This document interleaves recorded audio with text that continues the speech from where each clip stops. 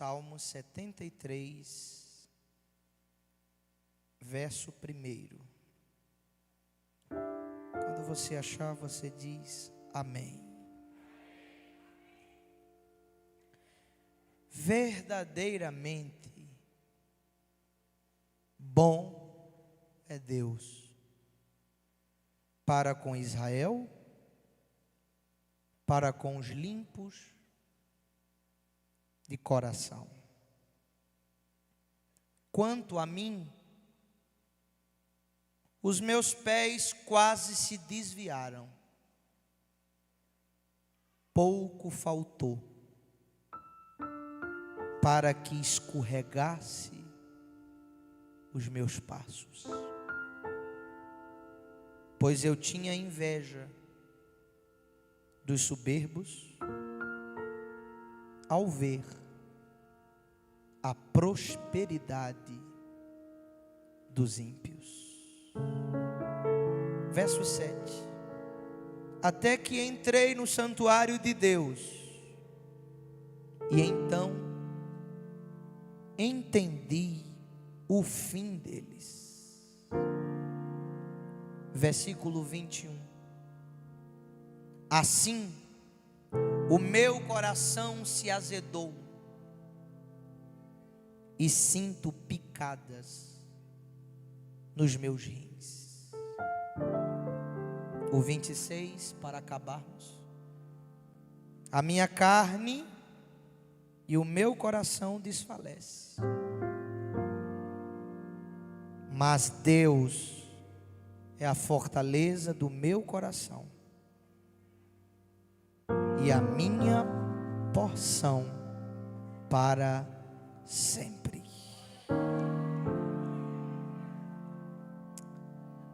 Bendito é o teu nome, Senhor. Queremos ser o instrumento que o Senhor usará para trazer essa palavra. Eu sou ciente das minhas fragilidades.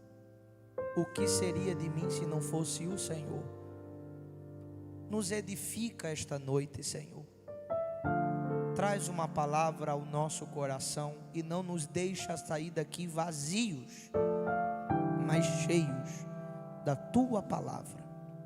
É o que eu te peço e te agradeço, no nome de Jesus, amém e amém. Quero pensar com vocês sobre uma palavra que Deus me deu agora à tarde. Eu cheguei aqui umas 4 horas, me tranquei ali, fiquei pedindo a Deus uma palavra para hoje, e aí veio o Salmo 73.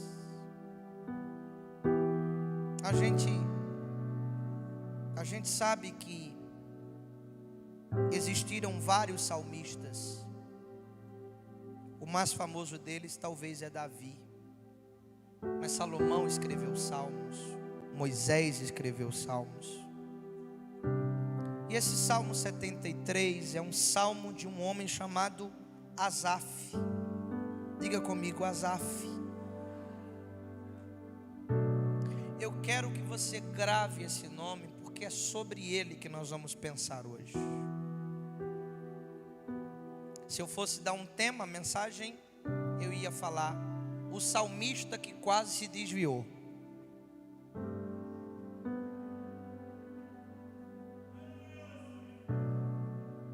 O salmista que quase se desviou. Não sou eu, ele disse, os meus pés quase se desviaram. Mas antes da gente entrar no Salmo 73, vamos voltar um pouquinho lá atrás e vamos lembrar da Arca da Aliança. Está lembrado da Arca? A Arca simbolizava a presença de Deus no meio do povo. A Bíblia diz que essa arca foi levada pelos inimigos nos dias dos filhos de Eli. A Bíblia diz que a casa de Eli, os filhos de Eli não faziam o que era reto aos olhos do Senhor, vão à batalha, achando que por levar a arca Deus lhe daria vitória. E eles perdem. E os inimigos levam a arca. Depois da morte dos filhos de Eli, há um novo tempo sobre Israel, que é agora o período dos reis. E a Bíblia diz que Saul é ungido rei sobre Israel. Saul reinou 40 anos. E sabe quantas vezes Saul se preocupou com a arca? Nenhuma. A arca passou 40 anos fora de Israel. E Saul não se preocupava em trazer a arca de volta. Todos nós sabemos que com a morte de Saul, quem reina? Davi. E sabe qual é a primeira preocupação de Davi? A arca. Onde está a arca? A arca está fora, na casa de uma pessoa que me fugiu o nome agora, acho que é Abinadab, se não me foge a memória. E Davi vai lá, com toda a sua equipe de louvor, com todo o seu grupo, enfim, trazendo a arca. Já preguei sobre isso, talvez você não lembre, mas eu já preguei aqui. Que ele vem trazendo a arca no carro de boi, o boi pende, a arca vai cair, o Zá toca na arca, morre, e a arca vai parar na casa de Abinadab e fica quanto tempo? 3 meses lá. Deus abençoa Obed-Edom, prospera Obed-Edom. Davi fica sabendo e vai buscar a arca, dizendo: nós temos que trazer a arca de volta. E é tão linda a forma como Davi traz a arca, que eles davam 7 passos, paravam, sacrificavam, adoravam e seguiam. Era uma alegria tão imensa, meu amigo Ing, de trazer a arca de volta para casa, que chegou o momento que Davi não suportou, ele não se conteve. E sabe o que aconteceu? Davi quebrou o protocolo. Porque às vezes a gente acha que adorar a Deus tem que ter uma formalidade. E é bom ter a formalidade, mas quando a presença de Deus vem, não dá para segurar a formalidade. A gente esquece a formalidade, a ética, tudo. E a Bíblia diz que Davi tirou a roupa de rei, e ele se envolveu no meio do povo e começou a dançar de alegria, de prazer, porque a arca de Deus estava voltando para casa. Aí tem uma mulher na janela que, quando viu Davi dançando e se alegrando, ela desprezou no coração. Sabe quem era a mulher? Mical, esposa dele. Falou: que rei é esse que não se comporta, que não tem modos, que se joga no meio do povo, que dança? E ela usa uma expressão pejorativa, igual um vadio. Aí Deus falou: não toca nos meus vasos não. Eu tenho ciúme dos meus vasos. Você está tocando no mistério que não é para você tocar. E só porque você está tocando nele, vai ficar estéril. O que era para gerar não gera mais. O ventre que era para frutificar não frutifica mais. Ó, se tu não se envolve nos mistérios, não toca nos mistérios. Não mexe naquilo que tu não conhece, naquilo que tu não sabe. Não, pastor, porque eu não gosto. É problema seu, guarde para você. Pastor, porque eu acho muito estranho uns crentes que levanta, que corre, que grita, que planta bananeira. Assim, eu sou meio contra. Fico para você, mas não toca nos vasos não. Se você não faz, Deus respeita você, mas tem uns vasos que faz. Quando Davi entrou, ela foi dar uma lição de moral. Davi disse: desculpa, mas eu não tenho culpa se Deus me escolheu em vez de teu pai. Talvez é porque eu tenho coragem de fazer o que teu pai não tinha. Vamos trazer a arca de volta para casa. Do lado da tenda, ou melhor, do lado do palácio de Davi, foi armada uma tenda. Sabe como é que é o nome da tenda? A tenda de Davi. Era o lugar onde a arca foi colocada. Existia um culto de adoração, mas o culto de Davi não durava 1h30, nem 2 horas. O culto de Davi era 24 horas. Ele disse: Deus tem que ser adorado 24 horas. E aí ele vai levantar um líder. O líder da adoração, o líder do louvor. E sabe como é que é o nome do líder? Asaf. E Asaf vem e inova. Por quê? Porque antes do tabernáculo de Davi, da tenda de Davi, o culto era muito formal, era aquela coisinha. Mas depois de Davi, o culto mudou. Porque o culto que Asaf liderava era um culto de alegria. Ele inseriu no culto, por exemplo, percussão, tambores, pífanos. Ele inventou instrumentos. Irmão, você não tem noção. Quando Asaf abria a boca, Deus dizia: esse cara sabe me adorar. A presença de Deus descia. E Davi disse: olha, é isso aí que eu quero. Sabe aquela alegria da arca chegando, Deus pulando no meio do povo? Isso não pode faltar num culto. Essa alegria tem que existir. E o povo tem que saber que a gente adora um Deus vivo. Olha para o irmão e diga: existia 24 turnos. 24 turnos, a cada 24 horas Deus era adorado.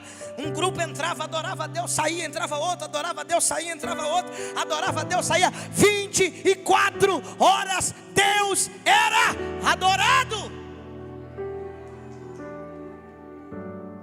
E se eu fosse definir Asaf, eu definia aquele que carrega a presença de Deus. Asaf não era só levita não, irmão. Ele não só fazia escala do louvor não. Asaf era profeta. Está escrito. Quando ele abria a boca para adorar, Deus tomava a boca dele e ele profetizava. E alguém dizia: eu estou para ver alguém mais cheio de Deus do que esse Asaf. Deixa eu te perguntar uma coisa. Bem com serenidade. Tem coisa mais linda do mundo do que você olhar para alguém e ver Deus nele? Não tem gente que quando ele chega o ambiente muda. Quando ele pisa o pé, a atmosfera muda. Quando canta um louvor, quando traz uma palavra, o culto muda. Tem gente ou não tem? Tem gente que carrega o céu na vida. Era Asaf. Alguém que carregava a presença de Deus na vida. Um adorador verdadeiro, que conseguia tirar Deus do trono e ele descia para receber o louvor. Que coisa linda. Mas esse Asaf que eu estou falando para vocês, no Salmo 73 revela o seu coração. Porque mesmo sendo alguém de tamanha intimidade com Deus, de ser tão cheio de Deus, e essa é a figura, quando a gente olha para alguém muito cheio de Deus, a gente endeusa e santifica, como se aquela pessoa não fosse humana, como se aquela pessoa fosse um anjo.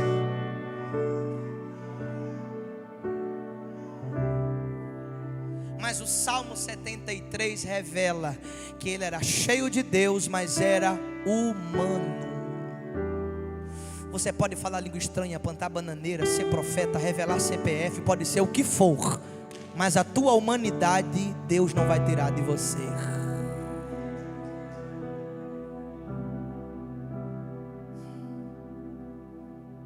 Ele começa expressando no Salmo 73, dizendo: Deus é bom. Olha que coisa boa. os limpos de coração em Israel. Aí ele para e diz: vou falar um pouquinho de mim. Quanto a mim, eu quase que me desviei.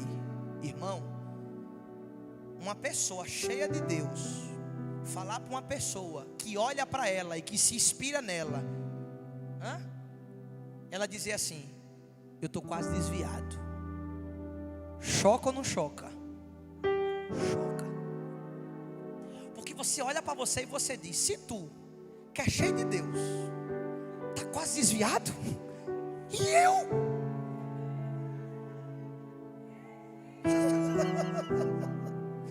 Eu não oro quanto tu ora, eu não busco quanto tu busca, eu não sinto o que tu sente, e tu está dizendo que tu está quase desviado, e eu, meu Deus? Choca. Olha para o seu irmão e diga assim: por isso o pastor é uma pessoa solitária. Já percebeu? O pastor ouve todo mundo, acolhe todo mundo, aconselha todo mundo, mas ele é uma pessoa sozinha. Por que o pastor tem que ser sozinho? Você sabe ou não? Porque tem coisa, se você vê, você se escandaliza. Um negócio desse, o pastor levantar de manhã e dizer: eu estou quase desviado. Você diz: eu não vou congregar naquela igreja mais não, meu pastor está quase desviado, eu vou fazer o que lá? É ou não é? Porque a gente tem as nossas fraquezas. Aí eu fui buscar entender por que Asaf, que é cheio de Deus, que carrega a presença, abre a boca e diz: eu estou quase desviado. Está no texto. Ele diz: sabe por que eu estou quase desviado? Porque eu fiz algumas comparações. É chato pregador, toda hora está dizendo: fale com o irmão, mexa com o irmão, dê um chute na canela. Tem uns que mandam dar chute na canela, não dê não. Tem uns que mandam, não faça isso não. Mas diga para ele assim: fazer comparação é muito perigoso.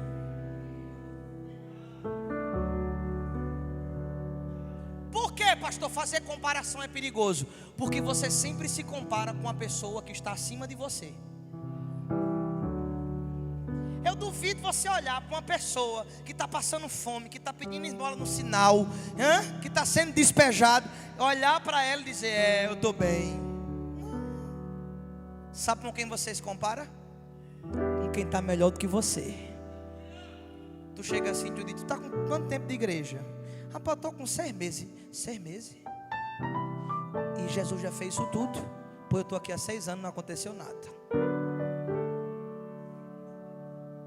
A gente começa a se comparar. É ou não é verdade? Se compara. Meu Deus, eu tenho 30 anos. E o que é que eu construí? Nada. Aí vem os meninos da internet. Não faz nada. Tudo rico. Não. Passa 15 anos a pessoa estudando para ser médico.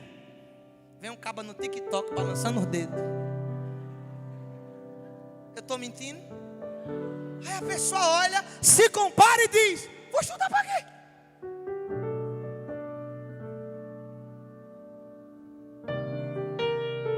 O que Asaf está dizendo é: eu fiz uma comparação. E tu se comparou com quem? Com Asaf? Com o ímpio. Eu dei uma olhadinha assim para o ímpio e vi que eles não obedecem a Deus, não temem ao Senhor, não busca a Deus, não se santifica, não, você está entendendo? Não ora, não jejuma, não dá oferta, não dá dízimo e prospera. E eu aqui me santificando, orando, buscando, honrando Deus, dando dízimo, oferta. Para comprar uma bicicleta é uma luta. E essa comparação mexeu comigo, é desproporcional. Por isso que eu estou dizendo: cuidado com as comparações. Porque quando você se compara, você sempre vai ver que a grama do vizinho é mais verde do que a sua. E aí você entra em crise, entra em ansiedade, entra em depressão, porque você está buscando coisa que está no teu futuro, mas tu quer no teu presente. E às vezes Deus não te deu porque você não está pronto. Não é porque Ele não é poderoso para fazer. Mas tem coisa que se Deus te der hoje, te estraga. Quando Asaf faz a comparação, irmão, ele entra em crise. E aqui eu aprendo que aqueles que adoram a Deus também têm as suas crises. Você sabia disso? Você acha que só adora a Deus só aquele que busca o Senhor, só aquele que se enche de Deus tem uma vida isenta de problema? Você está enganado, irmão. No Salmo 73 eu aprendi que quem adora a Deus também tem as suas crises. E ele começa a desabafar. Eu estou olhando ali para o ímpio, e eu estou vendo que o camarada desonra a Deus, escarnece de Deus, zomba de Deus, e eles têm tudo. E a minha vida toda me santificando, buscando ao Senhor, eu não tenho nada. E ele vai entrando nessa crise. Ô irmão, não vai me dizer que você nunca entrou nessa crise, não. Em algum momento da tua vida você olhou assim e disse assim: peraí, será que o que eu estou fazendo está certo? Será que em algum momento da tua vida você não se perguntou não? Rapaz, será que eu estou fazendo a coisa certa? Estou lá buscando o Senhor, pagando o preço. Agora era para tu estar em casa deitado, descansando do dia de trabalho. Onde é que tu está? Na presença de Deus. Na cabeça de muitos você é um louco. Quando você olha para alguém que está fazendo tudo errado e para ele dar tudo certo, você diz: eu não entendo porque é que para mim eu faço tudo certo, está dando tudo errado. Não é para entrar em crise mesmo? Como é que não entra em crise desse jeito? E aí, põe o verso 14 para mim. A situação da crise dele é tão crítica que olha o que ele diz no verso 14. Põe aqui para mim, por favor, meu filho, para a gente já caminhar para o final. No 14 ele abre a boca e diz: pois todo o dia eu tenho sido afligido e castigado a cada manhã. É uma luta que não sai dele, que já começa quando ele acorda. Tem gente aqui que você está entendendo o que eu estou dizendo. A guerra começa na hora que você acorda. Pastor, parece que eu abri os olhos, a luta diz: cheguei para tomar café com você. E você diz: rapaz, você não me dá nenhum momento de descanso. Ele está dizendo: a minha alma está sendo afligida e castigada a cada manhã, diante dessas guerras que eu estou vivendo com Deus. E quer saber como é que esse caba está? Cheio de Deus, cheio de unção, carregando a presença. Põe o versículo 16 aí, a última parte. Olha como é que esse camarada está. 16, a última parte. 16, a última parte. Está escrito aqui na minha versão, né? Eu acho que é Almeida. Vê se você consegue botar essa versão. Quando pensava em compreender isto, fiquei de sobremodo perturbado. Vê se você consegue mudar a versão. Aqui está doloroso. Quando pensava em entender isto, foi para mim muito doloroso. A minha versão diz perturbado.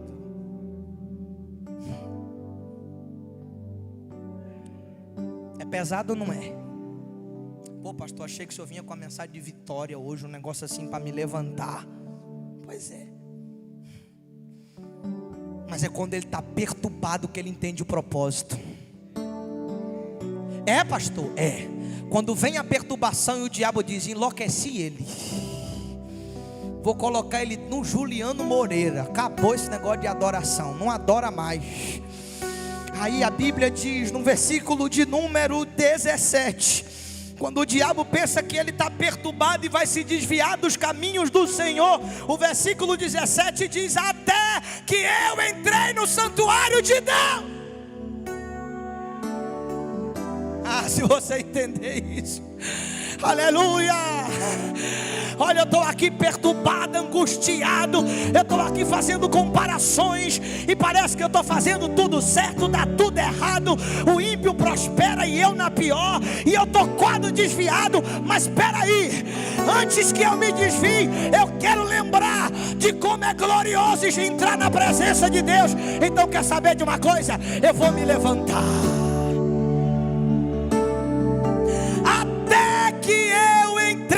No santuário de Deus, e quando eu entrei no santuário, eu compreendi o destino dos ímpios. Toca no irmão e diga assim: sabe por que tu não pode faltar um culto? Porque tem culto que muda a tua história. Tem culto que abre os teus olhos. Às vezes tu vem para o culto em guerra dizendo: Senhor, eu vou parar, eu vou desistir, eu não aguento mais, eu estou um crente desviado, eu não sinto nada. O cantor canta, eu não vejo, o pregador prega, eu não sinto nada. Mas tem culto que Deus diz: espera aí, eu vou abrir os teus olhos. E é o que ele diz. Quando eu entrei no santuário, eu compreendi o destino dos ímpios. Eu quero falar com você hoje sobre duas coisas: momento e destino. Momento e destino. Você me ouve e diz amém. O teu momento não define o teu futuro. Você pode estar passando uma das piores fases da tua vida, mas isso não diz o que está reservado no futuro para você. O que Deus está dizendo: ei, o prazer dos ímpios está nisto aqui, e tudo isso vai passar. O destino deles você já sabe, mas o teu destino está traçado. O Asaf, não é sobre ter, é sobre ser. Porque a guerra do mundo aí fora é sobre quem tem mais. Porque quem tem mais posição, tem mais fama, tem mais autoridade, tem mais visibilidade, tem mais poder. E Deus está dizendo: não é sobre ter, é sobre ser. Porque eles podem ter o que você não tem, mas eles não são o que você é. Tudo que eles têm é como a erva seca, verde, que vai embora. Mas o que eu te dei e o que você carrega é extraordinário. Você está aí ou foi embora? Aí você pensa que ao declarar isso para Deus, a situação dele melhora. Olha o que o versículo 21 diz. Eu estou caminhando para o final. O versículo 21, coloca aqui para mim. Ele diz: assim o meu coração azedou e eu sinto picada nos meus rins.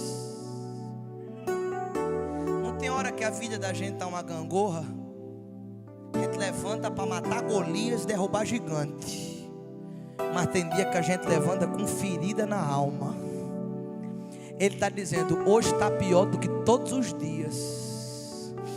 Hoje eu levantei como se tivesse alguém com uma agulha furando os meus rins. Eu te pergunto: dói ou não dói? Já viu uma pessoa sofrendo de rins, tendo crise?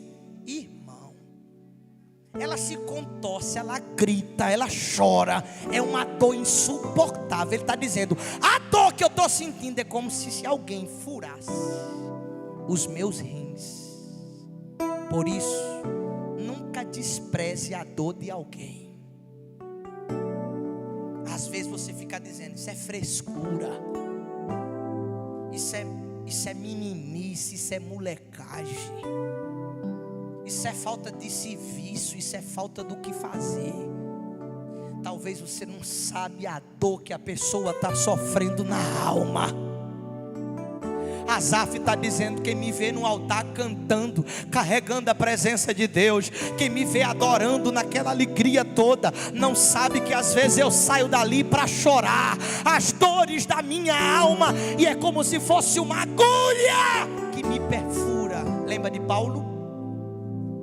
Paulo orou ao Senhor dizendo: Deus, arranca arranca de mim esse espinho na carne. Eu já orei 3 vezes e Deus falou: não vou tirar. Porque tem coisa que Deus não tira, tem coisa que Deus te dá graça para administrar. Paulo, eu não vou tirar, o espinho vai continuar. A minha graça te basta, e o meu poder se aperfeiçoa na tua fraqueza.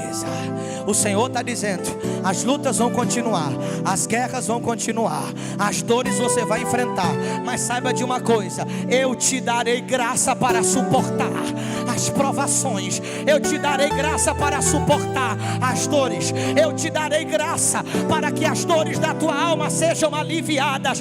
Haverá graça de Deus para você aprender a suportar. Agora no último versículo 26, eu estou caminhando para o final. Ele diz: a minha carne e o meu coração desfalece. Mas o que eu amo é que quando ele diz: a minha saúde pode acabar e o meu espírito pode fraquejar, não tem um ponto final, tem uma vírgula. Porque aonde o diabo quer colocar ponto final, Deus coloca uma vírgula para continuar a história. Ele está dizendo: eu posso não ter saúde, e o meu espírito pode estar contrito, pode estar triste, pode estar abatido, mas quer saber de uma coisa? Mas Deus continua sendo a força do meu coração, Ele é a possessão para sempre. Segura na mão do teu irmão e fala para ele: sabe por quê? Você ainda não desviou, porque o teu Deus continua sendo a tua força. Tem hora que Satanás olha para você e diz: eu arranco ele do altar, eu arranco ela da igreja, eu tiro ele do culto, aleluia. Mas quer saber de uma coisa? O Espírito de Deus vem e te renova, mesmo quando você não tem mais saúde. Elemandi calamachandarabia,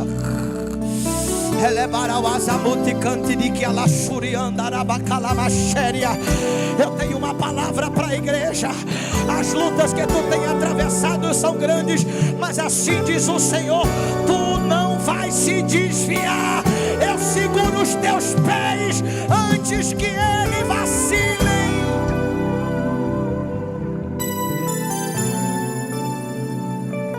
Ei, vou terminar.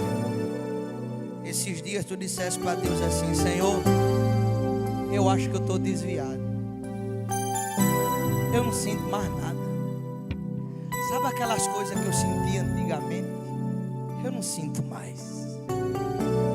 Sei lá, Senhor, é como se eu fosse para os cultos só cumprir uma tabela.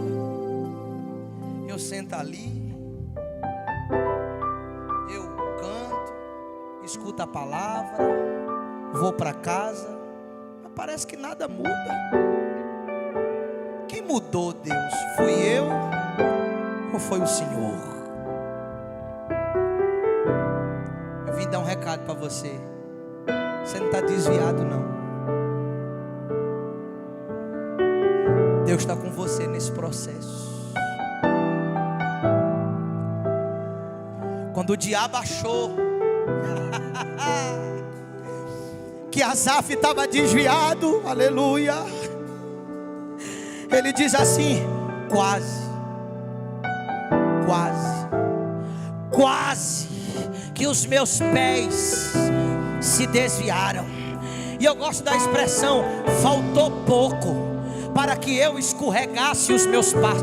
Talvez você chegou aqui nessas duas palavras: quase e faltou pouco. Quase e faltou pouco. Quase e faltou pouco. Mas quer que eu diga uma coisa?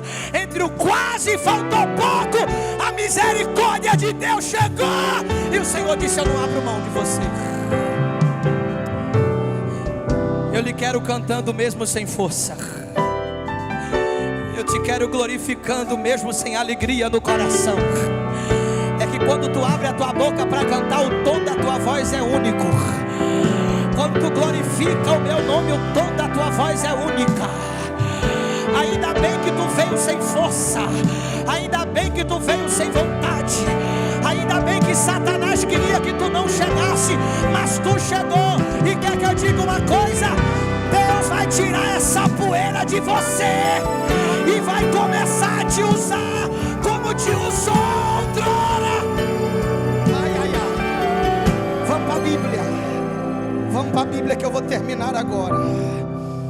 Ai, como eu estou sentindo a presença de Deus aqui. Ela manda calabaço e anderemas. O meu filho, põe aí para mim. 2 Crônicas capítulo 7 versículo 12 e eu acabo. 2 Crônicas capítulo 5 versículo 12. 2 Crônicas capítulo 5 versículo 12. Deixa eu te falar uma coisa. Davi morreu. Escuta, olha para mim aqui que eu vou acabar. Davi morreu, mas tinha algo para sair do papel. Sabe o que era? O templo. Deus não deixou Davi construir, mas os recursos Davi deixou pronto. O templo de Salomão era algo suntuoso, glorioso. Ei! Não era como a tenda onde os cultos eram feitos do lado do palácio. Não era não, nem se comparava. Um templo suntuoso. Alguém chegou para Salomão e disse: tem que mudar tudo.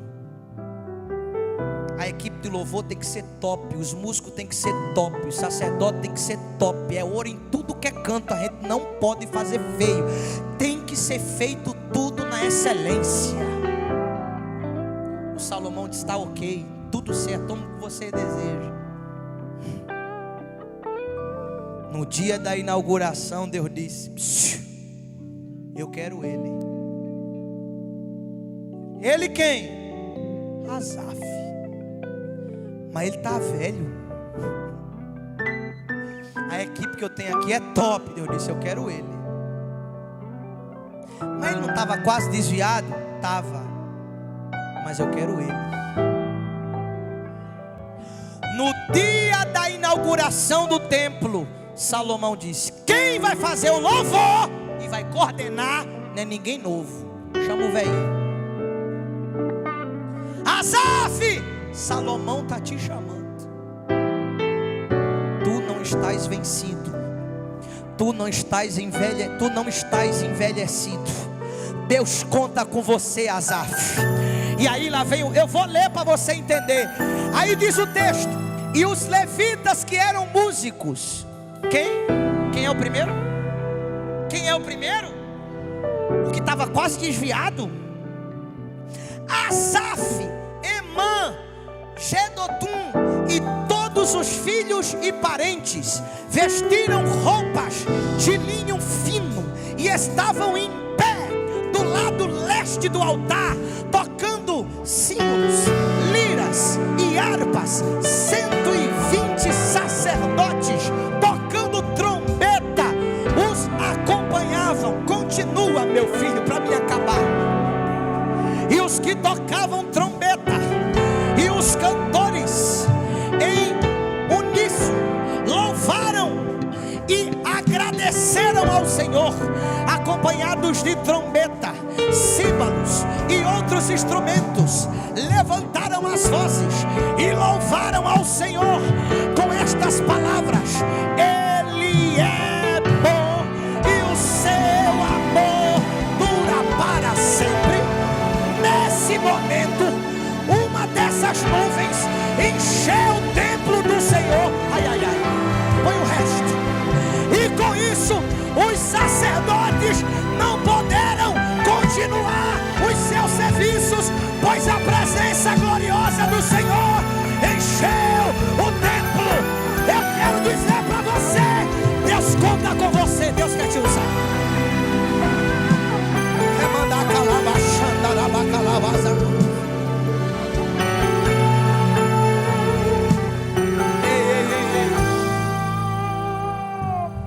Quando o velhinho entrou e começou a cantar: Ele é bom e a sua misericórdia dura para sempre, Deus disse: não dá para ouvir ele sentado, eu tenho que descer.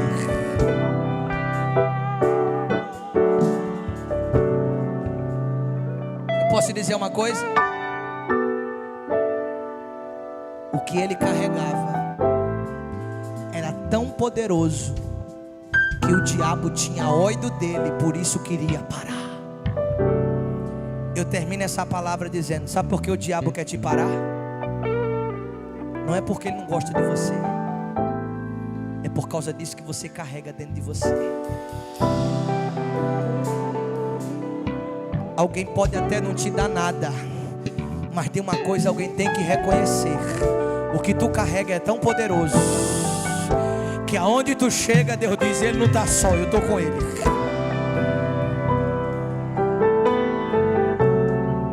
Alguém está dizendo: olha, quem disser que Asaf está ultrapassado, tem que morder a língua. Esse velho tem uma presença que eu nunca vi ninguém ter. Sabe o que é que Deus está dizendo? Hoje eu quero os Asafs que estão aqui dizendo: Senhor, eu tenho as minhas limitações e fragilidades. Eu não vou mentir, tem hora que até em desviar eu penso. Agora uma coisa eu nunca quero perder: a tua presença na minha vida. Se você deseja presença